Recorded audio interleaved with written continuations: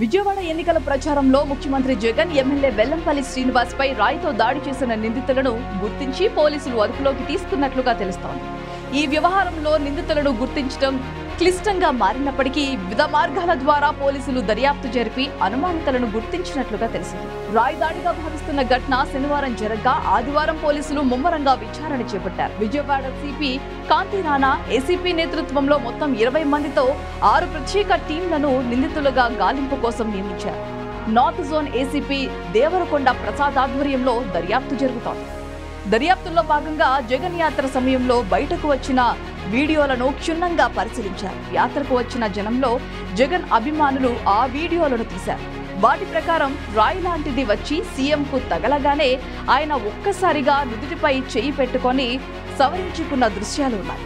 వీటిని ఆధారంగా చేసుకుని ఆ రాయి ఎటువైపు నుంచి వచ్చింది అనే విషయాలను పరిశీలించారు. అంతేకాక ఘటన జరిగిన ప్రదేశంలో ఉన్న సెల్ ఫోన్ టవర్స్ ఆధారంగా కాల్ డేటా రికార్డ్ లిస్టును కూడా తెప్పించి పరిశీలించారు. గత 15 రోజుల డేటాను కూడా పరిశీలించారు. రాయిదాడి ఘటన మాకినేని బసవ పున్నయ్య స్టేడియంకి దగ్గర ఉన్న వివేకానంద స్కూల్ దగ్గర జరిగిన సంగతి అందరికీ తెలిసిందే. ఆ రోడ్లపై ఉన్న సీసీటీవీ కెమెరాల ఫుటేజీని కూడా పోలీసులు సేకరించారు. అయితే అదే సమయంలో కరెంటు కట్ ఉండటం వల్ల చాలా వరకు సీసీటీవీ కెమెరాలు పనిచేయలేదు. ఇళ్లకు లేదా దుకాణాల యజమానులు ఏర్పాటు చేసుకున్న సీసీటీవీ కెమెరాల ఫుటేజీలను కూడా వారు పరిశీలించారు.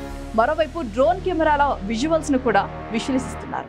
సీఎంకు తగిలిన రాయి ఎక్కడి నుంచి వచ్చిందనే కోణంలో కూడా పోలీసులు దర్యాప్తు చేస్తున్నారు. వైరల్ అవుతున్న వీడియోలను బట్టి సీఎం ప్రయాణిస్తున్న బస్సుకు ఎడమ వైపు నుంచి రాయి వచ్చినట్లుగా భావిస్తున్నారు. బసవపున్నయ్య స్టేడియంలో ఏదో ఒక చోట నుంచి రాయి విసిరి ఉంటారని అనుమానిస్తున్నారు.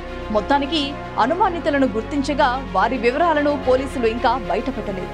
దర్యాప్తు విధానం సహా వారు గుర్తించిన వివరాలను పోలీసులు మరింత గోప్యంగా ఉంచే ప్రయత్నం చేస్తున్నారు. దీంతో విచారణలో పారదర్శకత ఏదని విమర్శలు వస్తున్నాయి.